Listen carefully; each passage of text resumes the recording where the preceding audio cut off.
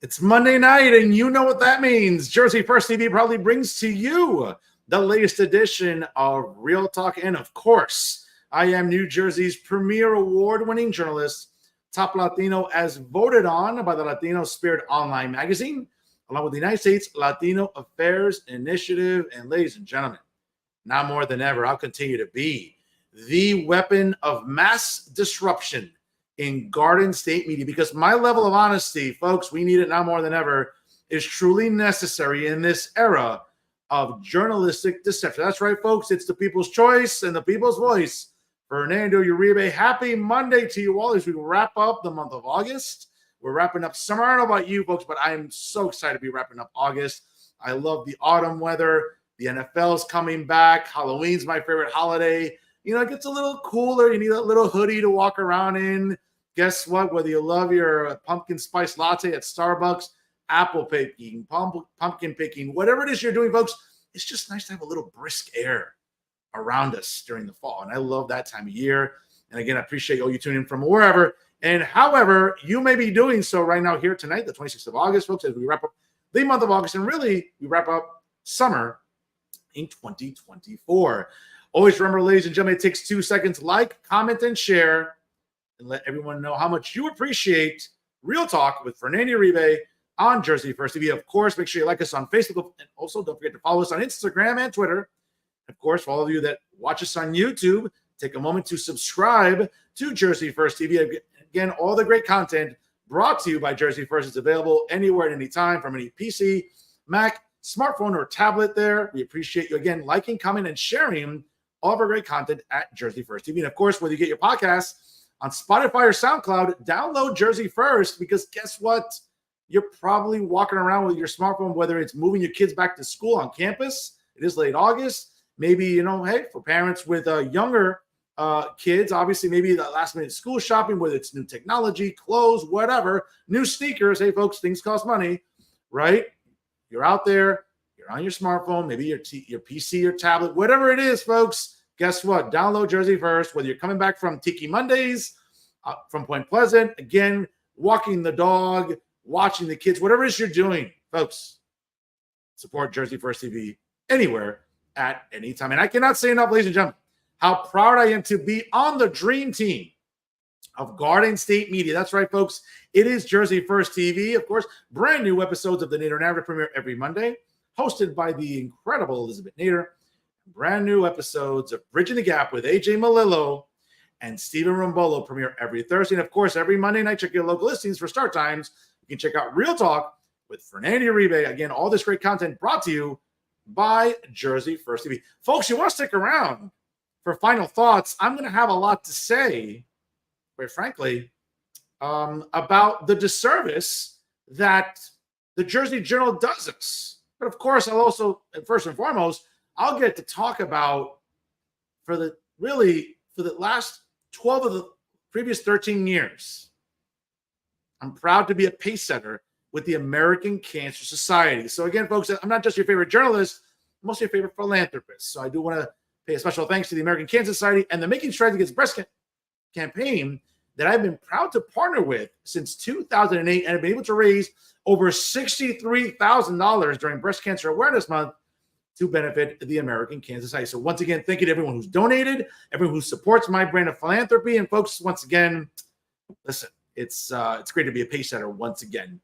here in 2023, going into 2024. We'll talk more about my upcoming event to benefit the American Cancer Society coming up in October. And stay tuned for that in the coming weeks. And folks, again, as I mentioned, certainly during final thoughts, I mean, folks, I can't say enough.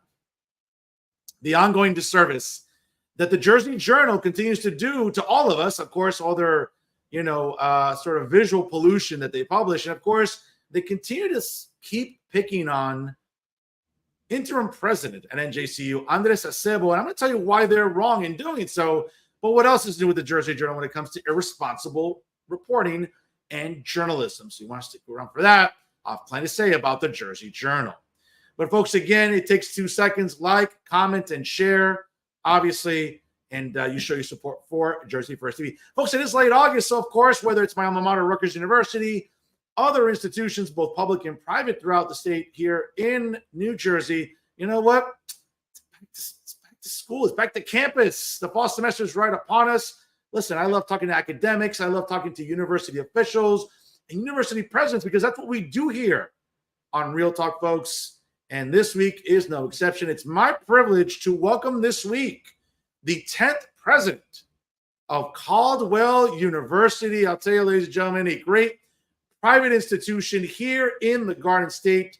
And our guest tonight, live right here on the program, is the distinguished president, Dr. Jeff Senese, joins us here on Real Talk. Dr. Senese, how are you? Good. How are you? Thanks for having me. Appreciate it, folks. And again, check it out at caldwell.edu. Is that correct, Dr. Senese? Correct. Thanks. All right. And again, folks, if you're not familiar with the history of Caldwell University, again, Professor Uribe is going to give you a little bit of history lesson here, folks, but it's important. Caldwell University was founded as a Catholic liberal arts college by the Sisters of St. Dominic under the leadership of Mother Joseph Dunn, with the approval of the Most Reverend Thomas Joseph Walsh, the Archbishop of Newark, who became its first president. Now, Caldwell College was first incorporated on August 10th, 1939, as an institution of higher learning for women under the laws of the state of New Jersey and empowered to grant degrees. And in 1974, Caldwell College became the first institution in New Jersey to award the Bachelor of Fine Arts degree, once again in 1974. Great intro here for a great president. Dr. Senese, how's everything going on the first day of school? Yeah, fantastic. We had students moving in this weekend, students and families. It was a lot of fun, and they settled in very quickly. And our entering class this year is the largest we've ever had in our history. We're 17% above last year. So we're thrilled with that. Our residence halls are full to the brim, which we love as well. We have the largest honors program that we've had in our history. So you should have about 12% of your population in honors, 3.9 average coming in. We have 20%. So we're booming in lots of good ways. Well, let's talk about that, because when we talk about higher ed today, Dr. Senese, I mean, we're talking about a climate that in many instances is really perhaps pricing out middle class and working class families in New Jersey. Clearly, that's not the case at Caldwell University. I mean, obviously, it's a private institution. And in a time where enrollment is in question at some of the bigger institutions in New Jersey, that doesn't seem to be the case. What's the secret to success at Caldwell? I think we're very personal. So we look at students and families in their situation and trying to adjust to that as we can. The state of New Jersey is very generous to students with tuition assistant grants, and federal government gives Pell Grants. So we can get pretty close to a zero pay for the right kind of kid. So if it's a needy kid, needy family, we can accommodate that like the publics can. So I think that's led to our success. And we partner. So we have a very good partnership with Essex County College and the city of Newark, where we work with both the college and the city to bring students to campus that otherwise might not have the opportunity of an independent private institution. And we're thrilled to have them join us. I mean, that's a great business model. And I mean, I sort of hate to use it when we talk about higher education, but Dr. Senese, let's be honest, that's what it's become. I mean, higher ed has become a business. It's become the sort of business that now I think, unfortunately, really gets put under the microscope. Yep. We see with my alma mater, Rutgers University. I mean, listen, Trenton and the state legislature sends Rutgers hundreds of millions of dollars yearly, as well as to the other state schools. That's certainly not the case with Caldwell University. It's a private institution in Essex County. It relies, I'm sure, to some extent, as you mentioned before, on some, funding from Trenton, perhaps private donations. In your capacity as president, though, how stressful can it be for you to sort of look at the numbers and crunch them and say, well, this is the bottom line. We need to be here. We need to meet this enrollment. Maybe we're not getting this from Trenton or donors. What is really the stress like for you as a university president? Again, it's not the biggest private university in the state, but how do you do, again, crunching the numbers and sort of trying to meet certain goals? Yeah, I mean, it's a great question. I think, we set our goals incrementally. So our incoming class undergrads, we set it at 500 and we're like 588 at this point. we set the goal and we set the budget goal below the 500. So we know we have a bit of a margin to meet there, and then look at what we can spend on institutional aid. So money that comes directly from Caldwell to our new students and continuing students for that matter. And then what comes from the state and what comes from the federal government. Remember that the state aid, the tuition assistance grants, are granted to students, not to the institution. So they can take their money and go anywhere they want in terms of other private schools. So we have to be a value. We are a teaching and learning university, so our faculty do scholarship, but their primary role and what they care about is teaching and learning. What they care about is the student's goal. Student comes and wants to be a counselor for autistic children. They're going to focus on the student's skills and abilities and what they can do to promote their knowledge over the period of their 4 years, to make sure that they get licensure, to make sure they have the proper knowledge and practice to get to that point where they're going to get licensed. We have a very large nursing program, very diverse nursing program. More than half of our students are people of either Hispanic or people of color. We have 100% pass rate on the nursing exam because we spend a lot of time with our students teaching them about what the profession's like and what they need to learn. They get a lot of hands-on practice on campus on simulators. They get a lot of practice in the field, in hospitals and medical settings. It's that kind of personalized, very focused education that makes us different. Teaching and learning focus is different than, I went to Michigan State. It's great to have big research university like Rutgers or Michigan State. But if I'm a parent, where do I want to send my kid? I want to send my kid to a place where they care about their learning and their goals. Absolutely. And folks, if you're just joining us right now, it's 6:11 here on the East Coast. My guest tonight is the distinguished 10th president of Caldwell University, Dr. Jeff Senese, joining us here on Real. Folks, again, like, comment, and share on all your social media platforms. It takes 2 seconds to support Real Talk. Obviously, in conjunction with you just mentioned, Dr. Senese, obviously great undergraduate programs, but also what the university stands out with is the great graduate degree programs. And just for our audience at home, folks, if you're interested in enrolling and applying to Caldwell, again, go to caldwell.edu.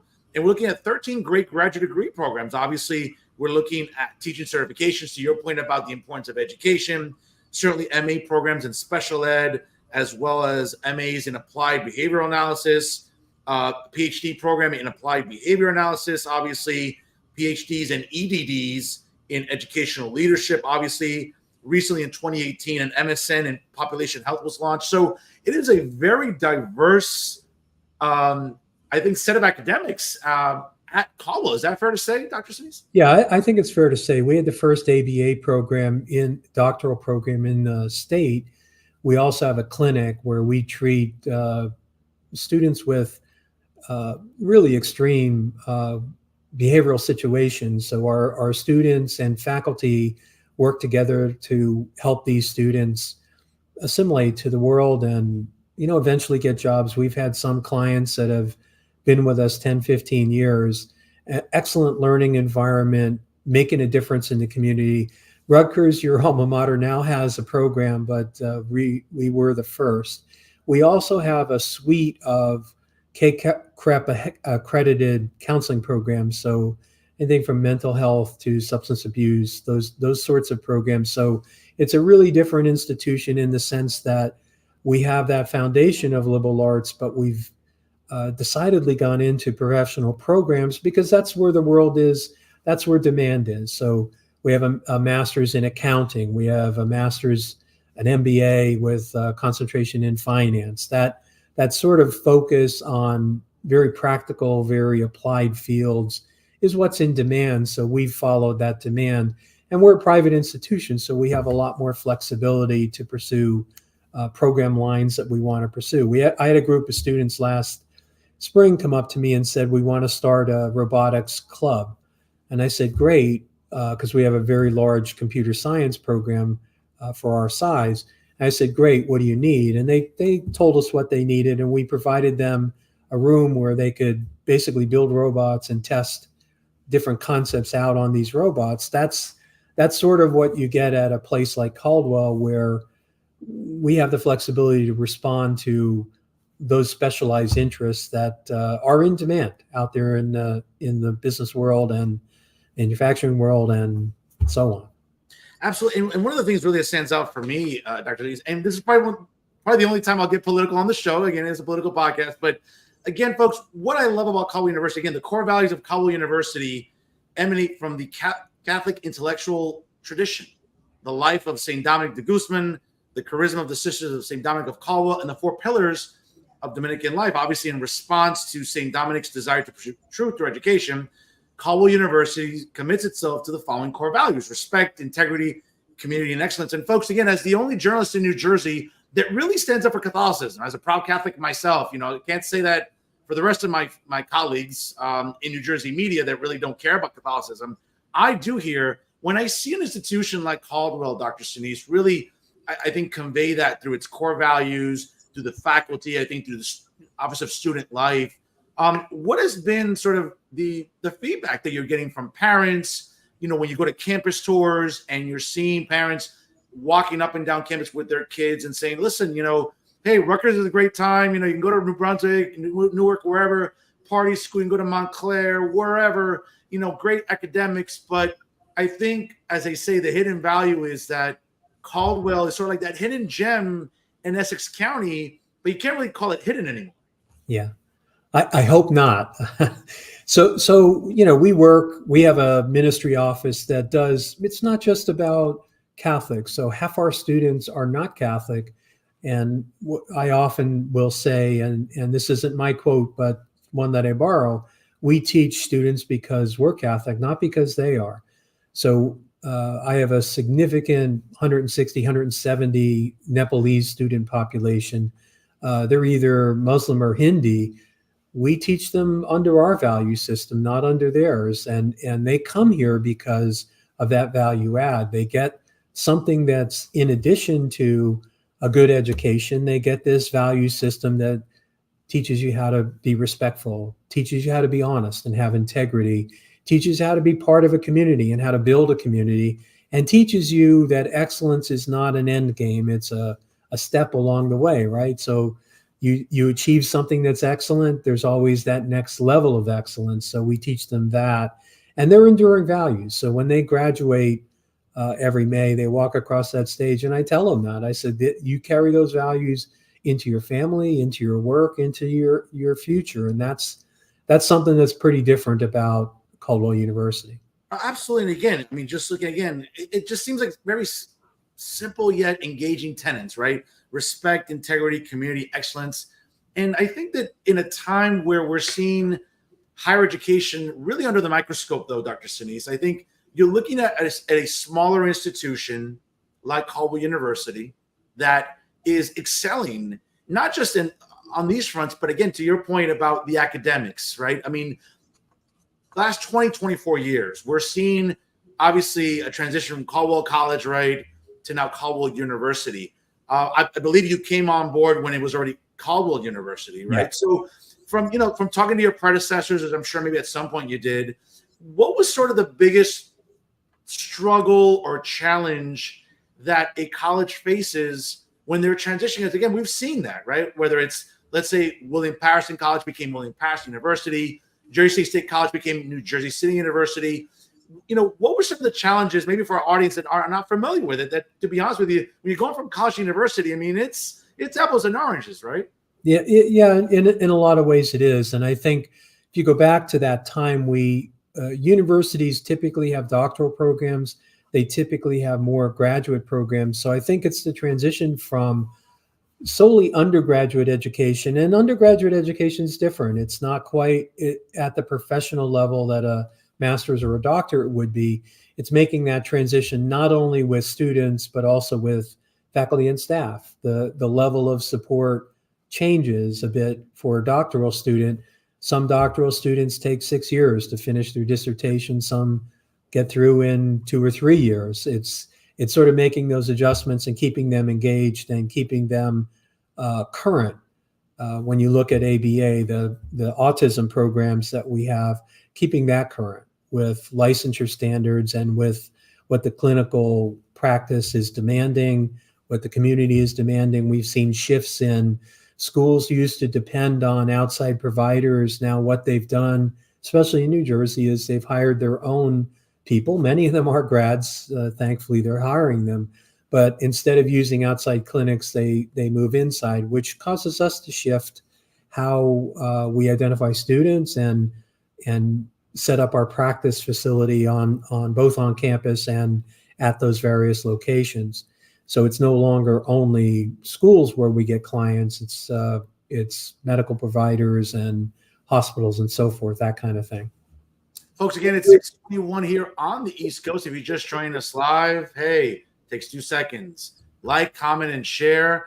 And tonight's guest here is the distinguished 10th president of Caldwell University, Dr. Jeff Senese. For more information about possibly enrolling at Caldwell University, please visit their website, caldwell.edu. Again, one of the best academic treasures, I would argue, in Essex County, anywhere in New Jersey. Dr. Senese, let me ask you this, though, because obviously, I've studied your journey, and certainly you have a fascinating bio. Obviously, growing up in the Midwest, right? You mentioned going to Michigan State, and obviously, going through your graduate degrees and everything else. What made Caldwell an attractive destination for you? I mean, obviously, living in the Midwest, you moved to New Jersey. It is a fundamental difference for friends of mine that when I was at Rutgers and in grad school in Newark. I mean, I have some friends from the Midwest moving to New Jersey, and they're like, "What have I got myself into?" Yeah.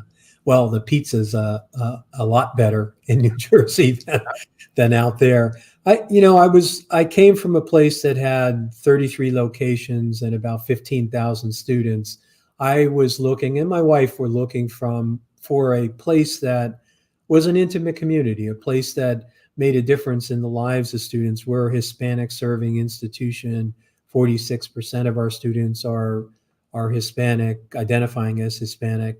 I wanted to be closer to a city like Newark and New York, so cities that had a lot going on, a lot of challenges, but also a lot of activity. So we saw it as attractive from that perspective. Our son works in Philadelphia, so in the region, a little bit outside the region, but relatively close. So the Northeast was a natural. What I found here was not what people told me about New Jersey, people have a little bit of rough edge to them and they interact in a different way. I found people incredibly embracing, just as nice as people in Wisconsin or Michigan. There's this phrase out there, Wisconsin nice. Well, there's a New Jersey nice too. And I think the honesty about people here is something I really appreciate. They'll tell you what they think and you won't have to guess. And that's something that's valuable as well. Absolutely. Listen, I mean, you're on the program here. I mean, I tell it like it is. So you'll never see me shy about expressing my opinion. That's for sure. Listen, I got to tell you again, and, best of luck to your son because, he's in Philadelphia. As a Cowboys fan, I cringe about being in Philadelphia. I feel like I need like a tetanus shot every time I frequent Philadelphia. Is your son okay down there? He's fine. He's fine. He works for a biotech company down there in the Navy shipyard. So okay, not much of a football fan. Okay, well, again, I'm just always concerned about anyone in Philadelphia, just from experience there. Yeah. All the verbal abuse that I've gotten over the years, for sure. Dr. Reese, let me ask you this, because, again, I look at the academic structure that Caldwell produces, and certainly there's been, as we discussed, much advancement in the last quarter century.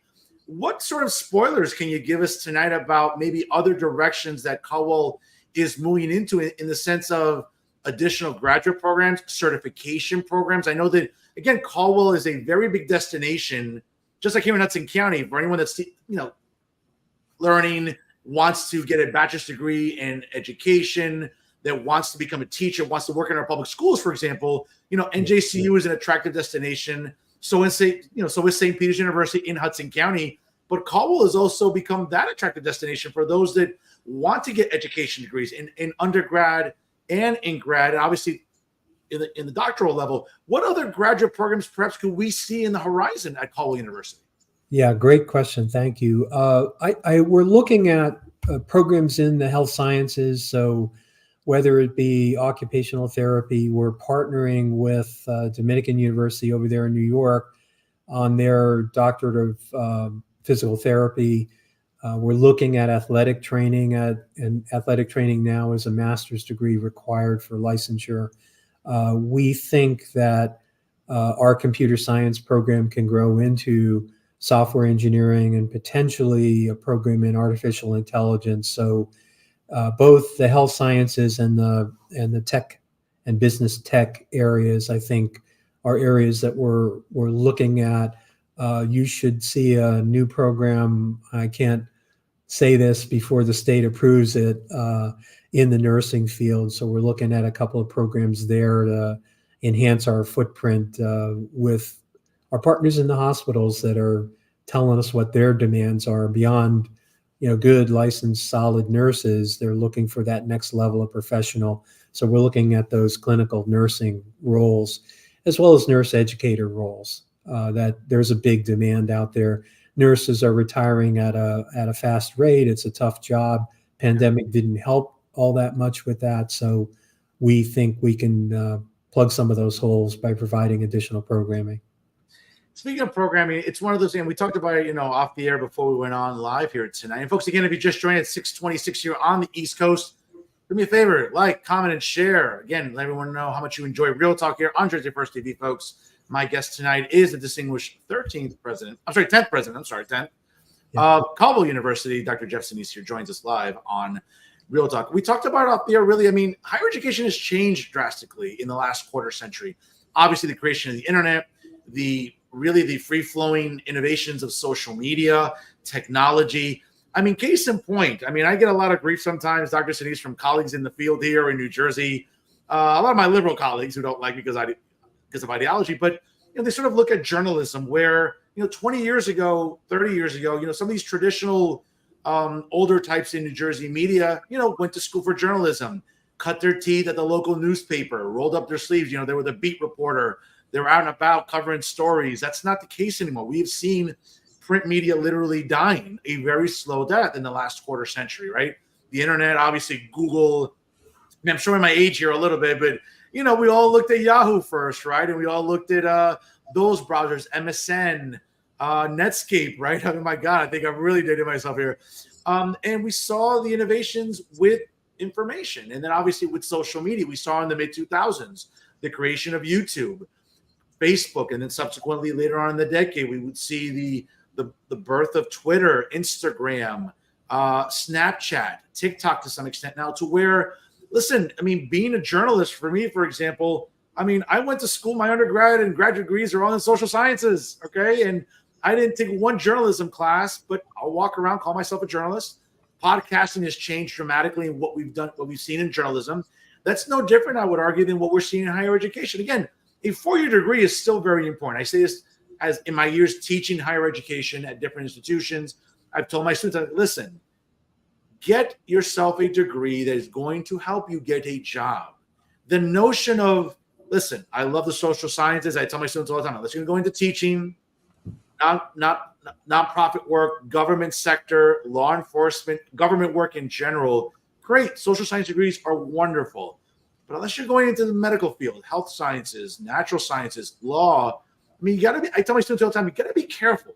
Listen, a women's studies degree isn't what it used to be. A philosophy degree isn't what it used to be. Not because I hate women or hate philosophy, but you have to understand that I think for everyone at home watching, especially for parents that watch my show and their kids are either entering their freshman year or are undecided right now what to do in higher ed, that 8.5 by 10 piece of paper, Dr. Senese, isn't what it used to be. And I think you have to develop tangible skills. You have to be proficient in Windows, in Apple, obviously in Macintosh, on social media, SPSS. It's not just, hey, I majored in, urban studies and, well, where's my job out of college? That's just not the case anymore. I think that's true. And, in my own case, my undergraduate degree was in criminal justice, but then both my graduate degrees, I focused on statistics, and I generated or created in myself a tangible skill set where I work for the Department of Justice, National Sheriff's Association, a couple of other policing organizations over a decade-long period because I had a skill set. So, yeah, I totally agree with that you need both skill sets. If you get a philosophy degree, you should be looking at what that next step is. And I think a philosophy degree leading to a law degree is a fantastic pathway, but it's difficult today to stop at philosophy. Same with an English degree. If you get an English degree, there are jobs, but it's going to only take advantage of little pieces of what you're doing. You're better off with, like, I'll tell you, my two children graduated from college. My daughter wanted to major in fashion merchandising, and I said, that's great. Look at how many jobs there are in that. And then when she did that, she said, I'm going to major in marketing. I said, perfect. It's a mother discipline that you can do lots of things with. She's right now a manager of events for Marriott.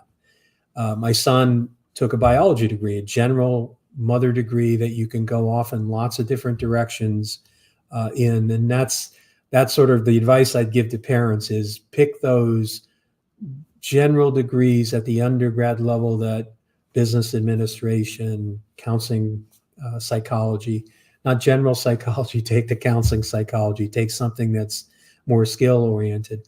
My first job, I was a juvenile probation officer. Oh, very nice. Okay. I had very little counseling skills in it. It was more of a law enforcement job anyway, outside of Philadelphia. And it would have benefited me to have more of that hard counseling skill set when I went into that work. Dr. Senese, fellow probation officer back in the day as well, worked in the Hudson County vicinage for the Superior Court. Very demanding, to say the least, right? Again, no counseling skills. And that guy took a counseling course at undergrad. You know, I double majored in criminology and sociology. And, you know, you go into corrections, you go into probation. It's just like, it's kind of, you're thrown in there. You kind of get thrown in the deep end. You got to swim real quick. It's not paddle. You got to swim real quick. And especially with a challenging, you know, population, obviously with probationers. Obviously, this is all language I'm sure that's familiar to you from my days as well within criminal justice. Let me ask you this, because one of the things that also I think about when it comes to higher ed, Dr. Senese, is, you know, obviously not just the academics, right? We talk about funding. We talk about how we essentially keep the institution afloat, not just through tuition, not just through fees. We're seeing obviously now more that we're going to be in New Jersey under the Community College Relief Act. I mean, many middle-class, working-class families, again, you know, if anyone that's not familiar, the Community College Relief Act in 2018, if your net household income is under $65,000, you can go to community college for free. And now subsequently, once you're done transitioning to a 4-year institution to finish your degree is certainly beneficial. You've saved some money. Obviously, you get to go tuition free for your first 2 years. What have you seen, though, Dr. Senese, about students that have been able to maximize that have been able to utilize the Community College Relief Act and then subsequently look at an institution like Caldwell and say, hey, you know what? This is where I want to finish my 4-year degree. I look at their academic departments. I look at what their majors are. This is as good a place as ever in a field that's competitive, where higher ed continues to become very expensive. You know, what can you say, really the testament to you, your staff, and the administration about sort of, you know, marketing Caldwell in such a way that, hey, you know what, if you want a more intimate classroom, you want more intimate attention to your students, hey, you're going to get here at Caldwell, as opposed to the big dogs, as they say, where, again, I remember in undergrad, I mean, my freshman year, sophomore year, I had 80, 90 students in an auditorium on Scott Hall in New Brunswick, as opposed to like smaller schools where, hey, maybe 10, 15, 20 students is immensely more beneficial for our kids. What'd you say? Yeah, you know, the first class I ever taught at Michigan State, I had 527 students in the class myself. And that's just, it's crazy. You're regurgitating what's in the text.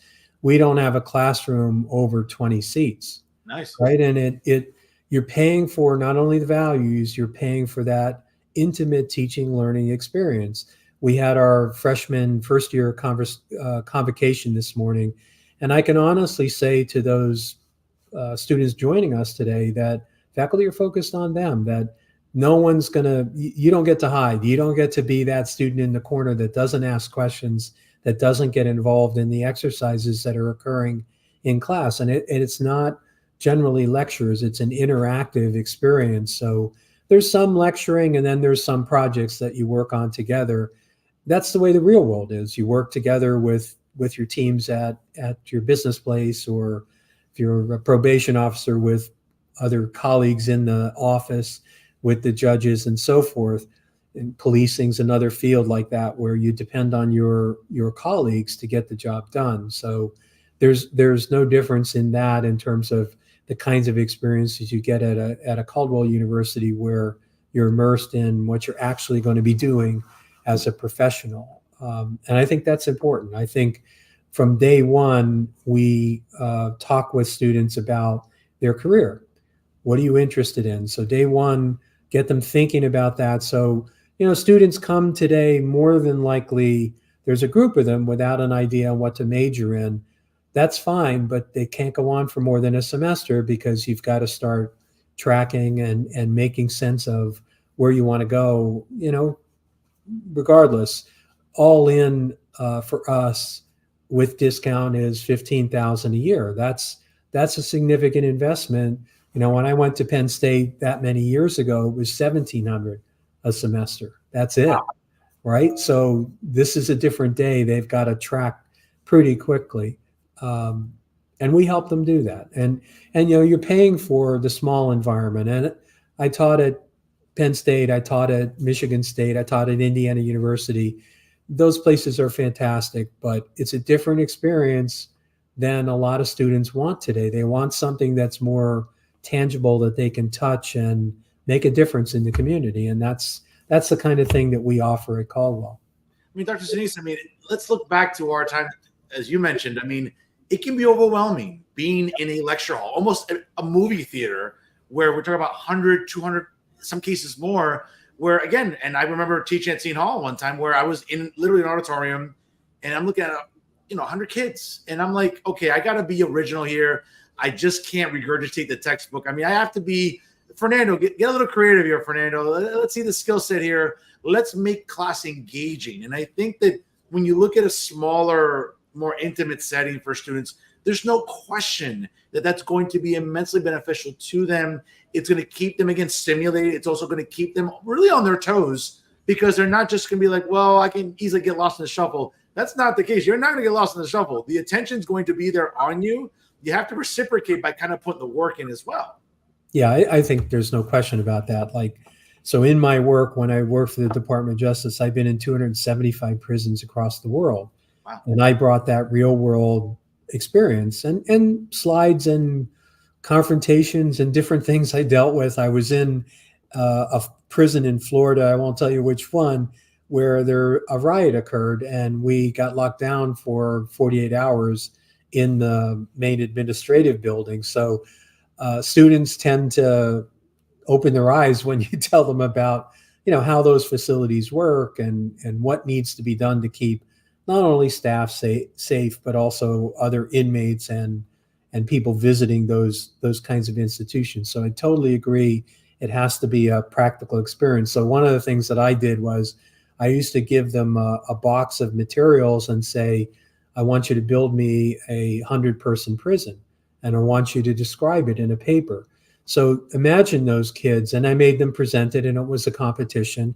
And imagine those kids, when they graduated from our university, they'd get out there and they'd be able to talk with facility about all the different aspects that are involved with creating a correctional facility, running it, keeping people, 365, you got to keep them fed, clothed, warm, protected from themselves, from other inmates, all that sort of thing. It's a very complicated situation, but that's what students are looking for. And that's what they need, is that kind of practical, very pragmatic experience.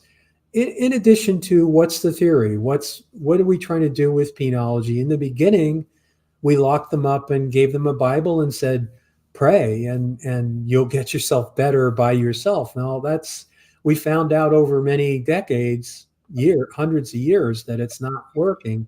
We've got to give them practical skill. When they get out, they're not going to come back. Unfortunately, a lot of them come back, but that's what we're trying to train social scientist students or criminal justice students to do, is to deal with these folks on the street or in the institutions to make the community better. And certainly, listen, and reduce recidivism along the way, I think would be probably the best goal as well. Having worked again within the criminal justice system for as long as I did before transitioning into academia and journalism. So, I mean, great points there. Dr. Senese, obviously, we've talked about really the expansion of academics. We've talked about really the expansion about, again, going from a college to a university. We also talk about maybe a little bit of real estate where, like any other institution, I mean, at some point as the student body increases, maybe enrollments are great. Again, congratulations. Obviously, you're not experiencing the same problems as other institutions. As I mentioned before, Bloomfield College, another historic institution, being absorbed by Montclair State. Obviously, they've experiencing some problems. We're hearing rumors about William Patterson University perhaps being absorbed by Montclair State University. When we look at where Caldwell is, in the sense of, and what I mean by real estate is, obviously, it's a beautiful campus. I've been there. Are there plans to expand in the sense of additional buildings? Obviously, with more programs coming up in the horizon, are we seeing again? And that can be difficult because, as we all know, real estate in New Jersey is expensive. Whether you're buying a home or you're buying a lot, it costs a pretty penny. Are there any challenges perhaps you foresee in the future when it comes to, yes, we're expanding programs, we're going to be expanding more of a student enrollment, but does that mean also that it's going to require a lot of focus and attention on having more buildings? Great question. I don't think there's any question about that. So one of our main residence halls was built with the concept that we could add on to it. So if we continue to grow, we'll certainly do that. Our real key need is we have a science building that is a 1970s vintage, and it's very difficult, very costly to turn that into a contemporary facility. So we need to build a health science building. I've done this before at another state, and I got people from the industry involved in helping build the building.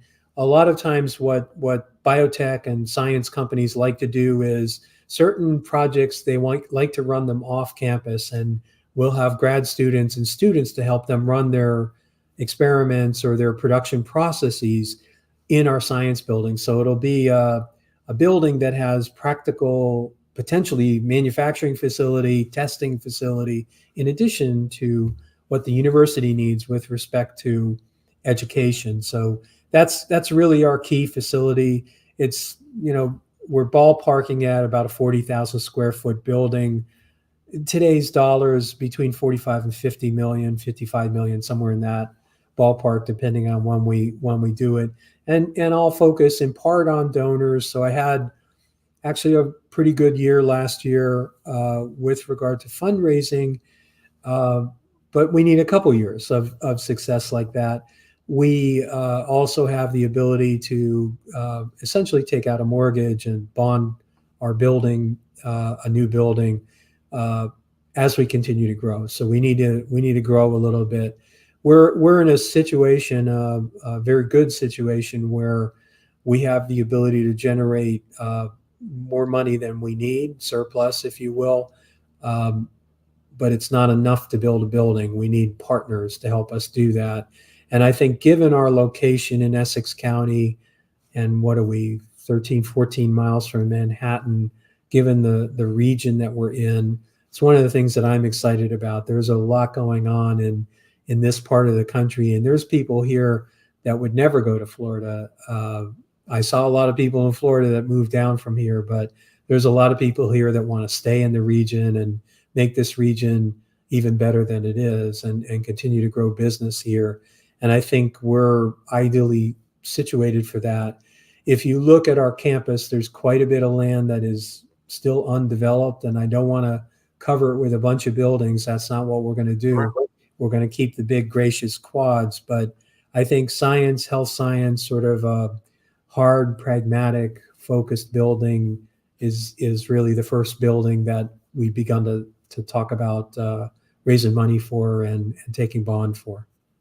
Dr. Senese, that's a great perspective to have, because I think as we're looking at advancements in health science and medicine, I mean, getting a student population ready for that job sector where there's going to be demand, to your point about retirements. Obviously, the pandemic did not help that profession, where there were so many great men and women were overwhelmed during the pandemic. And I think seeing that commitment by Caldwell, I think is really admirable to that extent where, hey, you're seeing a need. And I think the word pragmatic, I think that's a word that's not used too often in higher ed. I mean, what's pragmatic? It seems like a lot of institutions are like, well, we'll raise a fee or we'll raise tuition. No, it's about being pragmatic and making the most of every dollar. And I think, you certainly exemplify that ability as a university president to maximize every single dollar that comes in terms of also what's going out. And what's going out is exceptional education, great facilities. And again, it's like the job's not done yet. I mean, you're still looking to keep growing,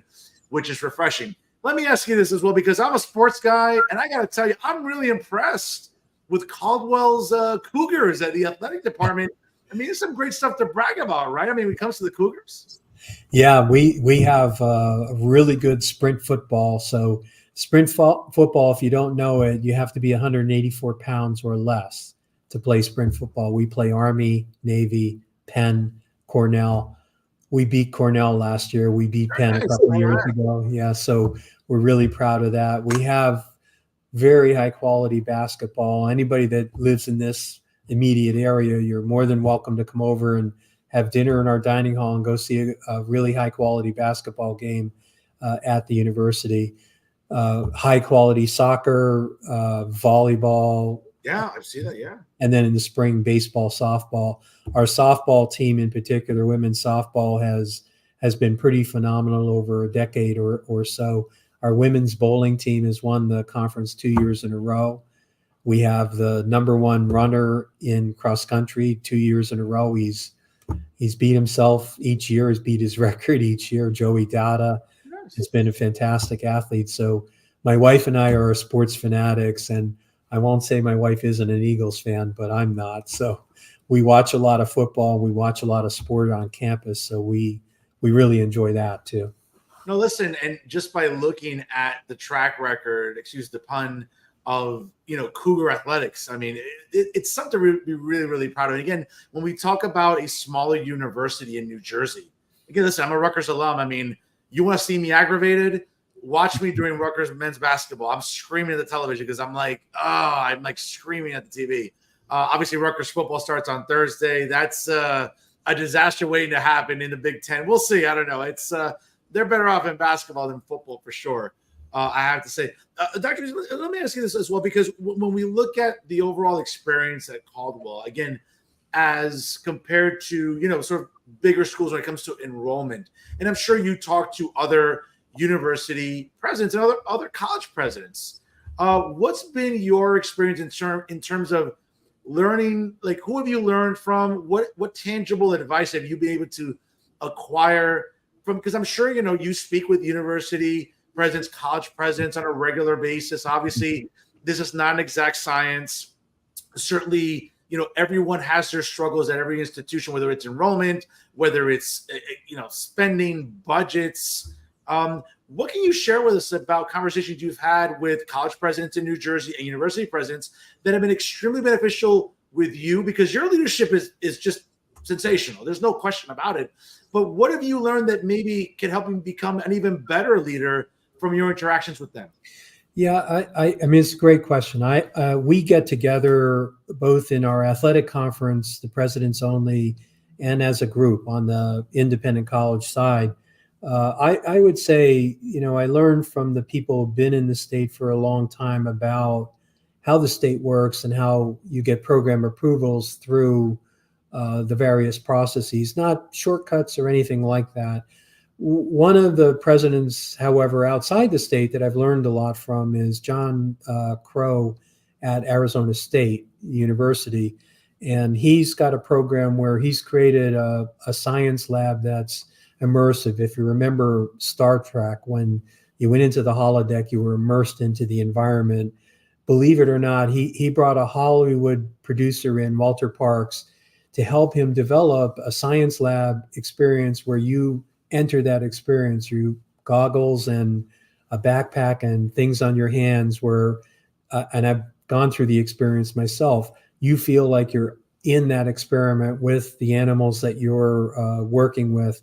And I think that's the future. I think we're going to have much more immersive learning, and universities are going to be stewards of knowledge rather than the traditional lectures like you might still see today. It's going to be more of this interactive, and you're going to be able to control the environment. You're going to be able to go to 18th century London and experience what it smelled like, what it felt like, the mist and the rain and so forth. You'll be able to go to the South Pacific and experience what New Zealand feels like and that kind of thing. I think that's the future. And I think university presence, when we look at what's our market, so it traditional four-year degrees, and Doctor, you said this earlier, for traditional kids like my kids, your kids, they need that four-year base. After that, they may not need anymore. They may need a small refresher. They may need 18 credits of a certificate. They may need training beyond education. It may be a little smaller piece of education that they need. I think that's the future. Much more challenging model, right? Because you think about it, you have a student and 4 years of tuition, that's easy. You have a student and 18 months of tuition, and you got to replace that student every 18 months. That's a much harder model. And I think what I've learned from colleagues, to answer your question more directly, is how to manage that rapidity of cycle that exists today. And it's getting much faster.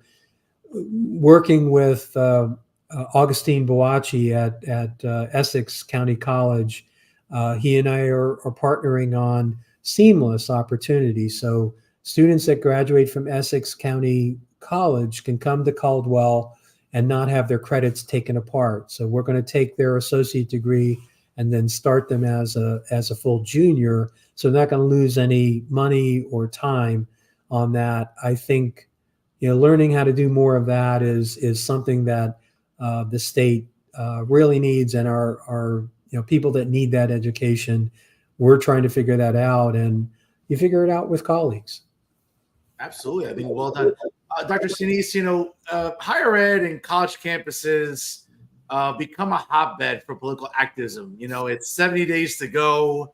Perhaps one of the most toxic and tribal political climates I can remember in my adult life. At a smaller school like Caldwell University, obviously we all see what happens at Rutgers, across the river in NYU, wherever, Columbia, wherever, at a smaller university, what are we seeing at Caldwell when it comes to this really, let's be honest, volatile, very tribal political climate with 70 days to go? I mean, faculty, and listen, and let me be fair here, because I don't like to sort of paint with a broad brush. I think, again, as someone who's worked in academia, someone who's a conservative, someone who's Catholic, I've seen firsthand sort of how polarizing it can be to be in sort of direct conflict with my colleagues who, by and large, academics in higher ed tend to be very liberal, if not sometimes, crazy liberal, if not crazy progressives.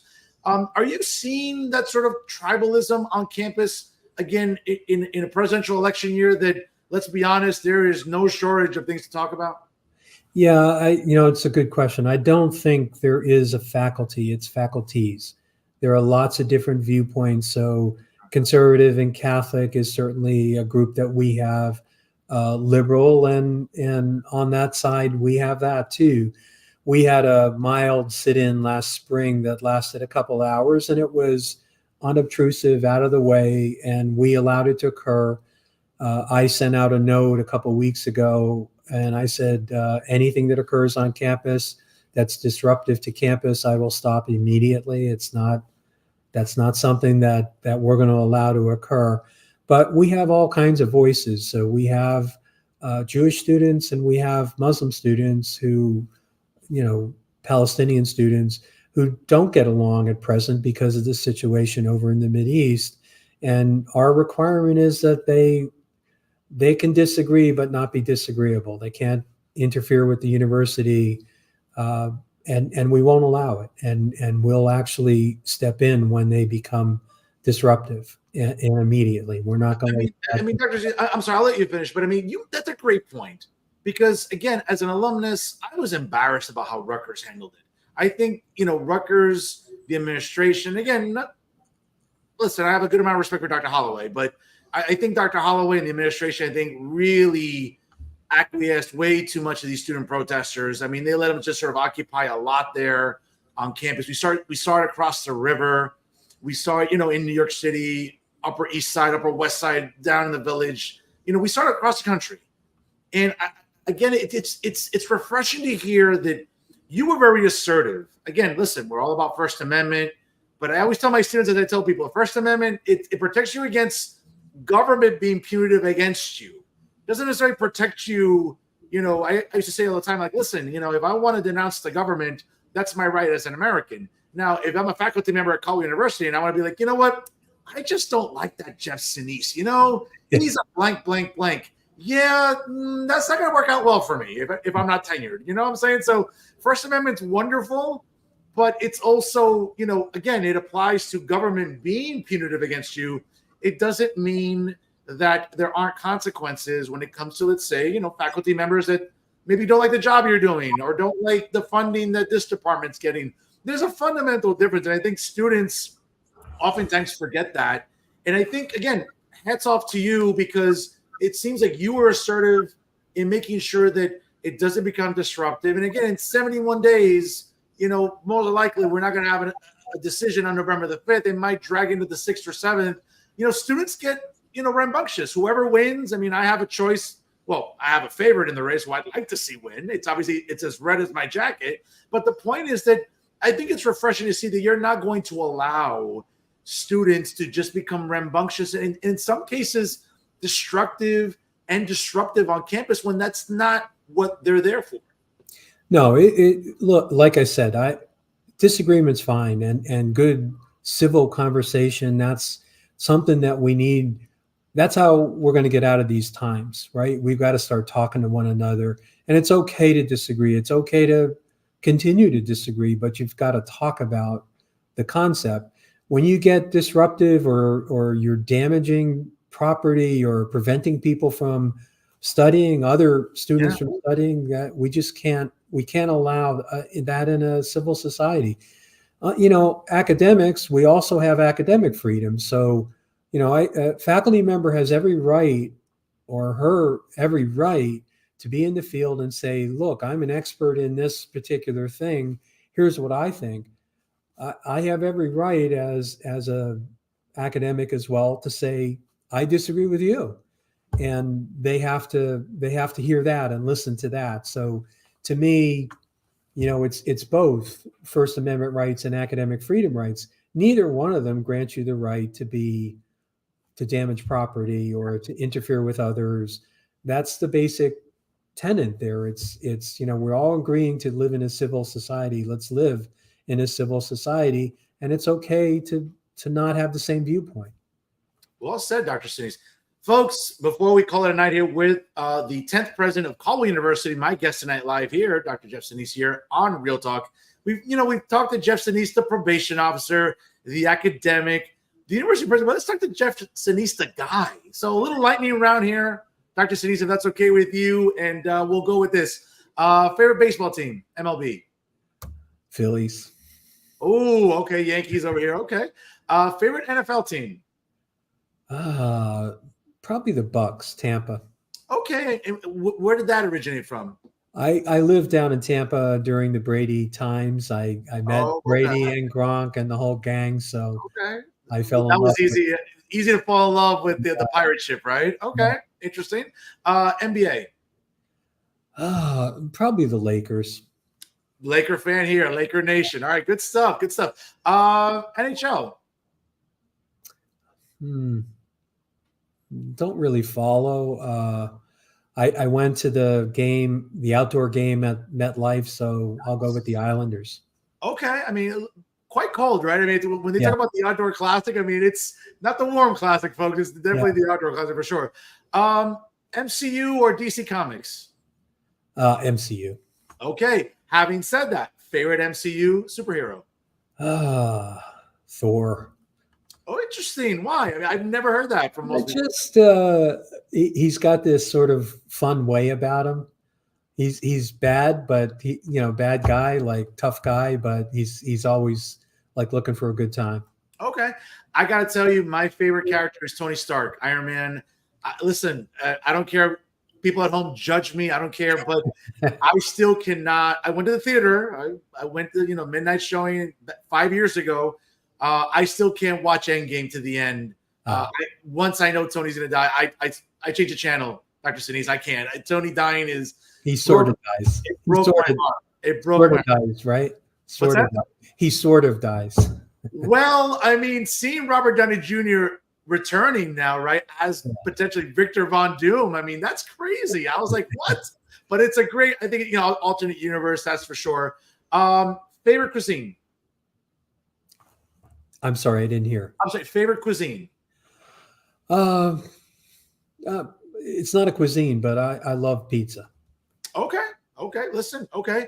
After a long day, red wine, white wine, bourbon, whiskey. What do you like? Red wine for sure. And which one? I like Corderon from France. Okay. Is that more Malbec or is that like a Cabernet? More Cabernet. More Cabernet. Okay. Best part of being the president of Caldwell University? Making a difference. Living every day. Like if you look at my LinkedIn site, I say servant leader, and I mean it. It's not about the title and the house and all that stuff. It's about making a difference and guiding this place to really make a difference in people's lives and in the community. It's awesome. Interesting. Favorite American president? I'd probably say Ronald Reagan. Okay, same here. Growing up with Reagan, seeing the after school special, seeing Nancy and Ron on primetime television, it was really an experience, right? Again, having grown up during the Cold War, seeing Ron and Nancy on our TVs, and I think seeing the in my opinion, the great job Ronald Reagan did, I think is really it's a testament to what I'd like to think presidents should be, regardless. And we'll find out in 70 days. But before I let you go, Dr. And folks, again, if you're interested in enrolling at Caldwell University, please visit them online at caldwell.edu. They're located at 120 Bloomfield Avenue in Caldwell, New Jersey. You can contact them, request info, or schedule a visit. Great campus, folks. I tell you, I've been there. Beautiful campus, especially as we're entering my favorite time of year, the fall. Folks, there is not a better visual other than New Brunswick and Rutgers. I got to be honest with you. But Caldwell's campus is beautiful, folks. You got to go visit it. Make sure you follow them on Twitter as well as Instagram. Subscribe to them on YouTube and make sure you like them on Facebook. Dr. Senese, I've really enjoyed. We got to do this more often, man. I've really enjoyed this conversation. I think it's been so productive. I really appreciate your candor and transparency here. And it's really, again, congratulations on the outstanding job you're doing at Caldwell University. Continue striving, continue succeeding. I'll give you the last word here tonight on Real Talk. Go Cougars. Okay. All right. Well, listen, he's a man. He's brief, but he's effective. Folks, he is the distinguished 10th president of Caldwell University, Dr. Jeff Senese, our guest tonight here on Real Talk. Dr. Senese, if I don't talk to you again soon, enjoy obviously the start of the fall semester, the fall season, and we'll talk to you again soon here on Jersey First TV. I appreciate you being a fan, sir, and coming on. I really appreciate you respecting the program, and I look forward to talking to you in the immediate future. Thank you. Thank you so much. Take care, Dr. Senese. Have a good one. You too. Folks, good stuff there. Dr. Jeff Senese there, the distinguished president of Caldwell University. Again, visit their website again, caldwell.edu. If you're looking to schedule a campus visit, look at their academics, both undergrad and their extensive graduate programs. I know a lot of friends of mine that obviously work in education are looking to work in education, and they're seeing Caldwell University as a destination for them that's reasonably priced, intimate attention to them as students, obviously, not overwhelming large classrooms, but that intimate attention that you need if you want to succeed, folks, especially in higher ed, and certainly to get yourself ready for this ever competitive job market. So once again, I want to thank Dr. Jeff Senese, our guest tonight here on Real Talk. Folks, if you just joined us live, it's 5 minutes past the hour here, 7 o'clock here on the East Coast. Don't go anywhere, folks. Like, comment, and share when it comes to Real Talk. And I can't say enough about the great traffic here. I'm seeing the live views. I'm seeing, obviously, comments. Keep them coming, folks, here tonight on Real Talk as we are wrapping up the month of August here on Jersey First TV. Folks, you don't want to go anywhere because you know what time it is. That's right, folks. It's time for final thoughts. And folks, I got to tell you, I got a bone to pick with the Jersey Journal. Now, as you all know, if you watch this program consistently, I feel that the Jersey Journal, led by their editor, Ron Zentlinger, along with the staff, which includes Joshua Rosario and Terry West. And folks, again, listen, let's be very honest. The New Jersey Press Association can give awards away to the Jersey Journal. Doesn't mean that doesn't mean they're any good in what they're doing to people. And sort of the blatant character assassination that they engage in on a regular basis. Right? To my good friend Andres Acevedo. More on this later. But it got me thinking today about, quite frankly, the disservice the Jersey Journal does. A news site whose circulation is really dying, right, quicker than the New York Mets wild card hopes. Okay. I mean, you look at the Jersey Journal, folks, and this is a newspaper that at one time you respected. Right? You'd pick it up at your local newsstand, at Quick Check, 7-Eleven, whatever, and you enjoyed reading it because you knew already that it was responsible journalism. Folks, those days are gone. And this is not me being bombastic. This is not me being, slanderous. This is not me being defamatory. Folks, this is fact. The Jersey Journal, okay, is dying a very slow and painful death. And in the process, as they're dying a slow death, why not take people down with you? That seems to be the business model at the Jersey Journal. So as I'm sitting there at home this weekend, looking at my notes, reading the newsfeed and saying, all right, who's doing a disservice to journalism? And folks, and there's really no shortage of candidates here, right? Whether it's Jay Lasseter with Insider NJ, Alan Steinberg, Bob Henley, Max Pizarro, right? Or Tom Moran with the Star Ledger, whether it's Terrence McDonald with the Jersey Monitor, whether it's David Cruz with NJ Spotlight News, whether it's Charles Stile with NorthJersey.com, or even Matt Friedman, an overgrown adolescent that seems to be more fixated on growing marijuana in his garden than actually, putting up good content, right? That's never the case here on this show, folks. There's always good content on this program. And responsible journalism. I can't say the same about the Jersey Journal, right? So it got me thinking this week, it's like, let me call out specific people at the Jersey Journal. So it got me thinking about the staff at the Jersey Journal. Because when I think about the staff at the Jersey Journal, I think about, let's be honest, blatant character assassins. Because that's all they're good for. Oh, I'm sorry, by the way. I'm sorry, that was the wrong picture. I must be confused. When I think about the staff of the Jersey Journal, that the first thing that comes to mind is this assortment of clowns. My bad. I'm sorry. I should have picked a more accurate picture. But folks, really, is this dishonest on my part here? Of course not. But let's get serious here. We all know they're clowns, but let's talk about the specific clowns of the Jersey Journal. Again, it starts with their editor, Ron Zentlinger. It continues with their irresponsible staff like Terry West and Joshua Rosario. Okay. And folks, what's really, I think, infuriating about these three and the rest of the Jersey Journal is that they don't even try to hide it anymore. See, there was a time when the Jersey Journal would editorialize and wouldn't be as blatant or as disrespectful or just ugly in the way that they would deliver the news or deliver editorials, right? And now it's gotten to a point where these three behind me have become an absolute disgrace to journalism. And I don't mind saying this out loud because, again, folks, as an award-winning journalist myself, okay, just like when on Tuesdays and Fridays when I have to, pick up the bags and put them on the sidewalk, well, folks, I know trash when I see it too. And unfortunately, that is what has become of the Jersey Journal. Okay? With their reporting, their biased reporting, let's be honest about that. And just the way they sort of unilaterally sort of pick and choose who they want to go after. That's the problem with the Jersey Journal, right? Now, I'm not a partologist, okay? by any means. That's not what my specialty is. I'm not a proctologist at all. But folks, I know assholes when I see one. And right here, I see 3. Okay? And that's a disservice that we're seeing with the Jersey Journal. Okay? Case in point.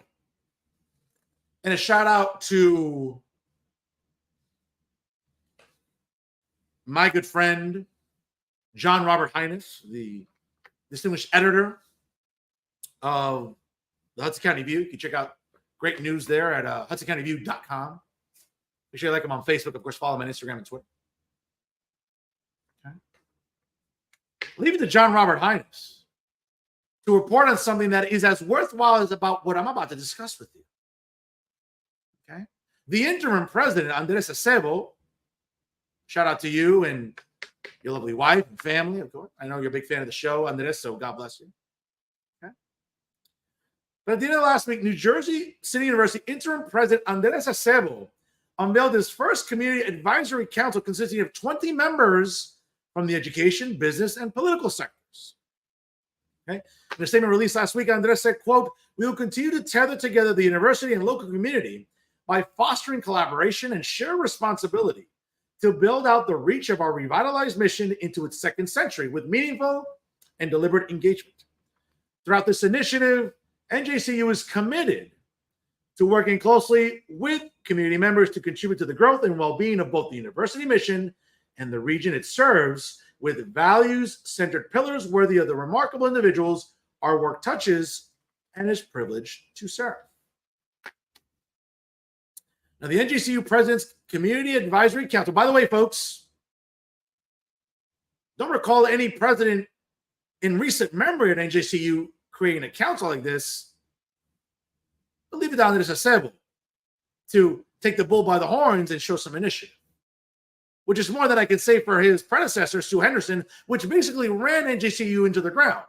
But not a peep from, again, the Lollipop Guild at the Jersey Journal. Right? But more on that later. Okay? Now, the council is committed to enhancing the university's engagement with the local community through various collaborative initiatives. By prioritizing transparent communication and shared responsibility, the council will work to build a more connected and supportive community that promotes educational excellence, economic development, and social well-being. Again, folks, when we think about leadership, when we think about being proactive, about taking the initiative, folks, this is what Andres Acebo exemplifies. And it's not just because we're friends. Folks, anybody with eyes can see this. Anybody who's even remotely cognitive, okay? Can't say the same for, Ron Zentlinger, Josh Rosario, or Terry West. I can't speak to their cognitive levels, but I know where mine are. And I can be objective at any time. Folks, this council, the creation of this council, is superb. It is exemplary. And you would think that the Jersey Journal would write a column about that. They spend all their time attacking Andres Acebo and the administration there. Okay? A young man, Union City native, okay? Product of the incredible Union City school system, which is arguably the best in the state of New Jersey. Okay? A graduate of Brown University for his undergrad, and then a graduate of Rutgers University at law school. A young man with great family roots, great traditions and heritage, and a great work ethic. You would think that the Lollipop Guild, that Ronnie, Joshua, and Terry would pontificate on that. But no, they'd rather engage in blatant character assassinations. Again, if you're expecting that 4-syllable word, again, which I know the establishment media in New Jersey struggles with, well, guess what? The Lollipop Guild struggles with it too. Remember, it's that 4-syllable word. Remember, integrity. We all know they don't have it. But more than that. Now, the membership of the council consists of the following: the distinguished superintendent of schools right here in Union City, the great Sylvia Abado; the superintendent of schools in Jersey City, Dr. Norma Fernandez; the Hudson County Schools Technology Superintendent, Amy Lynn Rodriguez; the Bayonne Superintendent of Schools, John Neese; Hudson County Community College President, Dr. Chris Reber, a big fan of the show and a guest here, obviously; Hudson County Chamber of Commerce President and CEO, Emery Edwards. former guest on the program, big fan of the show as well. Shout out to Emery. The CEO, Gary Greenberg, of the Boys and Girls Club of Hudson County. I've had the privilege of working with Gary in recent years for toy drives. The Hudson County Building and Construction Trades Council President, Pat Kelleher. The New Jersey Children's Foundation Executive Director, Barbara Martinez. Big fan of the show and a guest coming up next month, folks. The Statewide Hispanic Chamber of Commerce President and CEO, Carlos Medina. The Statewide Hispanic Chamber of Commerce of New Jersey Chairman, Luis de la Hoz. The Sneaker Room Jersey City founder and CEO, Suraj Kaufman. The Jersey Director of City Planning, Tanya Marion. The Jersey Free Public Library Development Officer, Tiffany McCreary. Okay. And I believe, yes, we have a couple more here. Jersey City Medical Center President and CEO, Michael Prulitsky. Jersey City Ward B Councilwoman, Mira Prince Array. Assemblyman Gabriel Rodriguez of the 33rd Legislative District. Former Assemblywoman, Annette Chaparro from the 33rd Legislative District. And Assemblyman John Allen's Chief of Staff, Christina Stoll. Folks, this is a very diverse group of people that Andres Acebo has assembled for this advisory council because, folks, at the end of the day, it's about getting to work. It's not about propaganda. It's not about grandstanding, which is what the Jersey Journal is just exemplifies as. That's all they're good at. They're not good at reporting the news. Folks, when we think about reading the news in Hudson County, nobody thinks about the Jersey Journal. How that apparatus is still functioning is beyond me. And I get it. Ron sits there looking at his numbers, these analytics, which we all know es basura, because we all know that their views and their clicks are trash compared to reputable news sites like the Hudson County View. Tap into Jersey City, Bayonne, and Hoboken, again, led by Steve Lennox, and exemplary reporting by the Dean of Hudson County Journalism, Al Sullivan. Okay. The great news site, the Jersey City Times, led by their editor, Aaron Morrill. Shout out to Aaron, multiple time guest on this program, and great work that he does. Okay. James De Los Santos, the editor and founder of HUDPost. And again, HUDPost maybe doesn't do the journalism that the aforementioned do, but again, they're reporting to the community. Okay. Hudson County Chronicles. Shout out to its Chronicle-in-Chief, the editor, Bruce Alston. See, folks, reputable news sites that report on great accomplishments like this. Okay. That look at a leader like Andres Acebo and say, you know what? Look at this young man. Look what he's doing. Okay. A guy who's done more in 18 months than the 10 years that Sue Henderson did in all the damage she inflicted on New Jersey University. It's funny to me, again, folks, I don't like to play the identity politics card because I hate progressives that do it. I hate liberals that do it. I hate leftists that do it. Okay. But isn't it interesting that not a peep when Sue Henderson had to leave in disgrace because she sucked? Sue Henderson was an atrocious president at NJCU. She left that school on the brink of bankruptcy and a takeover by Trenton. Okay? What Andres Acebo has done in 18 months is nothing short of extraordinary. And do you think that Ron Zentlinger and Terry West and Joshua Rosario would even have the, again, that word they struggle with, among other words they struggle with, integrity, will be reporting on this? Folks, you want to talk about a young man that is trying to do the very best that he can. That's Andres Acebo. Okay? And you would think that that would warrant a column over the weekend, or at least by Monday, by the Jersey Journal reporting on something as extraordinary as the creation of this President's Advisory Council. Instead, what the Jersey Journal would prefer to read is, yes, we know about the data breach. We know that the university is in active communication with the Department of Justice and the FBI, which, again, there's an active ongoing investigation. So for Josh and Ron and Terry, what do you three idiots expect Andres to do? Just blurt out, what's going on with an active investigation? Of course not. They're not going to do that because guess what? Andres has, again, integrity. He has common sense, which is more than I can say for Andres, for Ron Zentlinger, Terry West, and Joshua Rosario. All right? or other Mickey Mouse journalists with garbage traffic like David Cruz. The only traffic he knows, let's be honest, folks, is on Candy Boulevard when he's riding his bike to go to the light, to go to the Gateway Center in Newark at NJ Spotlight News. Another propagandist who, let's be honest, he's Mr. Jersey City, right? And, David Cruz is, I'm born and raised in Jersey City, you know what I'm saying? And I cut my teeth in the business and all that. That's David Cruz, right? As he's browsing the menu at the food court there, right? More occupied with that and woke nonsense and other nonsense that NJ Spotlight News, again, leads the way with. You would think that David Cruz, Uncle Dave, would be concerned with getting Andres Acebo, right, on NJ Spotlight News to talk about the outstanding job that he's done. Or maybe even once, maybe crucify Sue Henderson and the garbage job that she did. And of course, again, that would require Uncle Dave, acuérdate, que tú sabes que Uncle Dave no lo tiene, pero it's called integrity. Okay? He's full of a lot of things. Integrity isn't one of them. And again, you would think that a guy who's Mr. Hudson County, right? I grew up in the business, and guess what? I came up, the hard way. I cut my teeth in journalism, being an editor, and look where I am now. Okay, cool. Dave, congratulations. You worked 40 years, you cut your teeth in business, but what you've done is become lazy because you'd rather report on nonsense, which is what NJ Spotlight News really kind of helps lead the way in. But instead of that, you should be featuring a great young man like Andres Acebo, not trying to undercut him, a straight-up interview, highlighting all of his accomplishments. But again, Uncle Dave would rather scoreboard watch and look at his pathetic New York Mets, right?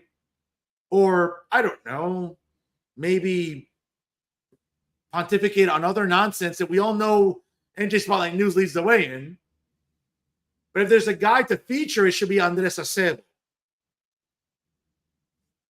What's the problem? Why? Because he's Cuban? Dave, you don't like Cubans? Is there a problem with Cubans? Is there a problem with educated, good-looking, well-spoken Cubans? Do you have a problem with that? I know you do with me. Folks, here's a little story about David Cruz. Okay? Uncle Dave is such a little, I want to keep this a family-friendly show, but again, this is a guy. Again, folks, if you didn't watch my tribute to Michael Aaron last week, go back and watch it. As a journalist, because that's what I am, I know it's tough for Dave and the rest of the Mickey Mouse journalists in New Jersey to acknowledge it, but I'm a journalist too, Dave. Acuérdate, okay? Acéptalo. I know you struggle to accept a lot of things, but this is one of them. I remember Michael Aaron paying me an enormous amount of respect and compliments to my brand journalism. And that's what got me hungrier to keep working hard, to get better at my craft. Uncle Dave, yeah, he was more concerned at pulling me to the side and getting all triggered because I was, I called the south side of Jersey where he resides, well, an it-hole. You just think of the word that it rhymes, which it is, folks. Again, who wants to live in the south side of Jersey City? Okay? But Dave got so triggered that I'm sure he didn't want me back again, which is why, let's be honest, when we watch Reporters Roundtable, since he took it over from Michael Aaron, what do we see consistently on that show? A bunch of charisma vacuums, guys who look like they live under bridges, okay, vanilla guests and vanilla journalists, vanilla contributors. But again, Dave, if you want to be, bitchy and moody and menstrual, cool. I'm doing just fine. I'm averaging 10,000 views a week on this program. Can you say the same? Spoiler alert. No, claro que no. But Dave and Ron Zentlinger and Terry West and Josh Rosado also exhibit the same problem when it comes to Andres Acebo. You have a gold mine of a young man here who has been asked to do the impossible. Now, why the Board of Trustees has not made him the permanent president, that's beyond me. Eso es una locura que yo no entiendo. Okay? But for something as great as the creation of this advisory council, this should be front page news on NJ.com. This should be front page news on NJ Spotlight News and all the other news sites. Again, and we all know that, let's be honest, folks, when it comes to the establishment media in New Jersey, we all know the best way to describe it. I'm not going to overcomplicate this. The simplest way to refer to the establishment media, we all know what they are. Nosotros sabemos que son basura. Todo ellos son basura. You know what is not basura? Real Talk with Jersey First TV. Because we're talking about the topics and issues that matter to you, regular, everyday New Jerseyans. Not just in Hudson County, but across New Jersey. Because regular, everyday heroes like Andres Acebo are to be celebrated, not undercut, not vilified. And to be honest with you, the fact you're not even trying to feature him without some agenda, that's pretty disgraceful. When it comes to being embarrassing, when it comes to being, quite honestly, just, I don't want to use the word unethical per se. I don't really have enough evidence to formulate that opinion. But when it comes to being embarrassing, disparaging, quite frankly, just garbage journalism. Folks, a once proud institution like the Jersey Journal is now, let's be honest, that's their permanent residency. A newspaper that people used to take pride in picking up and reading, that advertisers would be flooding to go and advertise on their pages. That's not the case anymore. And let's be honest, the only ones to blame is not the economy. It's not the internet. It's not social media. It's not that, oh, people are gravitating to their phones and tablets and people want to look at online news. No, folks, it's not that. If there was a reputable, tangible print newspaper to read in Hudson County, people would still read it. I know I would. And so would thousands of Hudson County residents as well. That doesn't exist anymore. Because what we've seen is a once proud institution has now become the centerpiece of blatant propaganda, character assassinations, and quite frankly, lazy reporting. I can't describe the Jersey Journal any better than that. And when it comes to these three, everything I just described fits them to a T. And by the way, here's an open challenge. If the Lollipop Guild behind me want to come on this show, you're more than welcome to come on. Let's have a conversation about why it is that, let's be honest, you have no problem going after Andres Acebo, right? A young brown man, but a white woman like Sue Henderson, who was completely incompetent. You know what? Calladito. Not a word from Uncle Ronnie. Not a word from Slim, Josh Rosario. Not a word from, Miss Photogenic herself, Terry West. Not a word, right? And if anyone needs to be crucified and vilified, it's Sue Henderson. Pero nada. But let's spend all of our waking moments vilifying Andres Acebo. Ron, Terry, and Josh, you should be ashamed of yourselves. But then again, that required to have some shame. When it comes to working at the Jersey Journal, let's be honest, that's not a job requirement. And clearly, for all three of them, they don't have any shame to begin with. And those are my final thoughts. Folks, before we call it a night, I do want to give a special thanks to the American Cancer Society. 12 of the last 13 years, your favorite journalist and philanthropist has had the privilege and honor of being named, as you can focus in on there. Obviously, folks, you can see it right behind me. Again, I'm right out of room here. More on that later. I want to thank the American Cancer Society for recognizing my efforts over the years, especially during Breast Cancer Awareness Month. And while we have seen some advancements and strides in breast cancer research, there's still much work to do, folks, which is why I remain so dedicated in helping the American Cancer Society. So for the last 12 of the previous 13 years, yours truly is a pace setter. But I couldn't do it alone. I have all my wonderful co-hosts over the years. My fellow members and partners in philanthropy, Vladimir Carrero, my bestie Sandra Ramirez, previous host Elisa Scavetti, Genesis Bravo, Maxime Mandel, Christina Kosofsky, Lucy Costa. Okay. I mean, we're talking about great people. Okay. Emily Amato, Jacqueline Rodriguez, all great people, all great co-hosts over the years. Okay. others as well, Lilia Udina and others, who have been monumentally important in helping me achieve these accomplishments. And to all my guests that come out every single year for the events, thank you and God bless you. It's through your contributions and support and encouragement that we can help fundraise and do our part to help defeat breast cancer once and for all. And I'm confident we can do that. So to all of you, thank you. To my guests, to my family, my friends, my colleagues, even the haters who attend, thank you for your contributions over the years. Because without all of you, this award wouldn't be possible. And I'm deeply humbled to get this award. Okay? I'm deeply humbled and privileged to sit here tonight as a pace setter once again. And coming up on Saturday night, October the 19th, at the world famous Ventanas at the Modern in Fort Lee, we'll bring you the 2024 edition of A Professor's Quest to Save Breast to benefit the American Cancer Society. We'll be sharing more details in the coming weeks about that event. You definitely don't want to miss it. But once again, I am deeply humbled. And you know, I'm not the most humble person when it comes to awards. I'm deeply humbled by your support. I'm deeply humbled being honored by the American Cancer Society. Now that I've gotten the humility out of the way, let's cut a Fernando Uribe promo. Folks, vamos a ser sincero. Ya yo no quepo en esta casa with all, todos estos premios.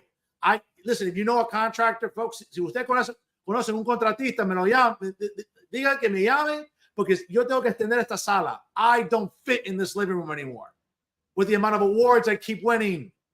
Folks, it's a good problem to have. So if you know any contractors, si conocen contratista, hagan un favor que me llamen a mí because I need to extend this living room. Because, folks, greatness isn't just something that, quite frankly, you develop. Folks, you're born with it. And here in this living room, I think you know what Fernando Uribe was born with. Again, people talk about doing, others just do.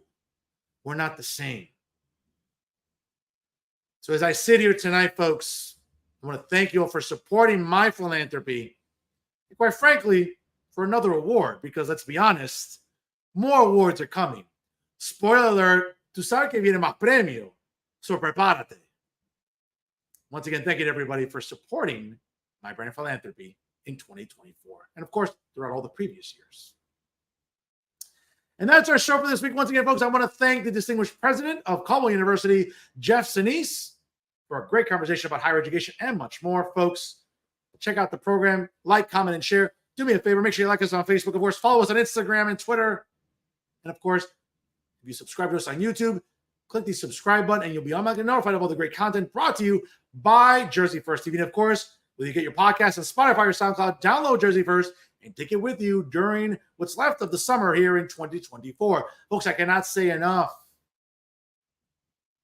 what a privilege it is to be on the dream team of Garden State Media. That's right, folks. It is Jersey First TV, educating and advocating for the residents of this great state of New Jersey. Folks, brand new episodes of The Nader Narrative premiere every Thursday, hosted by the amazing Elizabeth Nader. Brand new episodes of Bridging the Gap with AJ Malillo and Seymour Rambola, also premiere on Thursdays. And brand new episodes of Real Talk with Fernando Uribe premiere every Monday. Check your local listings, of course, for start times. And folks, I cannot say enough. It's a privilege to work with these great men and women at Jersey First TV. And always remember, ladies and gentlemen, if it's unbiased, unfiltered, and unafraid, it's Real Talk right here with Jersey First TV. I am New Jersey's premier award-winning journalist. Top Latino is voted on by the Latino Spirit Online magazine, along with the United States Latino Affairs Initiative. And certainly, folks, I'll continue to be the weapon of mass disruption in Garden State Media because my level of honesty, now more than ever, is truly necessary in this era of journalistic deception. That's right, folks. It's the people's choice and the people's voice, the most handsome face that runs the place. It's Fernando Uribe. Folks, have a great Labor Day weekend. Enjoy yourselves as we really, say goodbye to summer. Fall's right around the corner. The NFL returns. Halloween. Leaves start changing colors. Folks, everything. It's back to school. All the great things that we love about this show. And folks, I just got to tell you, It's great to be here. Obviously, every single week here on Jersey First TV. Folks, please party responsibly as we close out summer 2024. Look after your elderly neighbors. Look after your kids, folks. It can be good. Be bad, baby. Appreciate you tuning in here. Once again, the absolute best analysis and commentary you'll find anywhere in New Jersey media, folks. It's not the Mickey Mouse journalists. It's real talk right here with yours truly, Fernando Uribe. Folks, have a great rest of your weekend. Always remember, stay classy, everyone.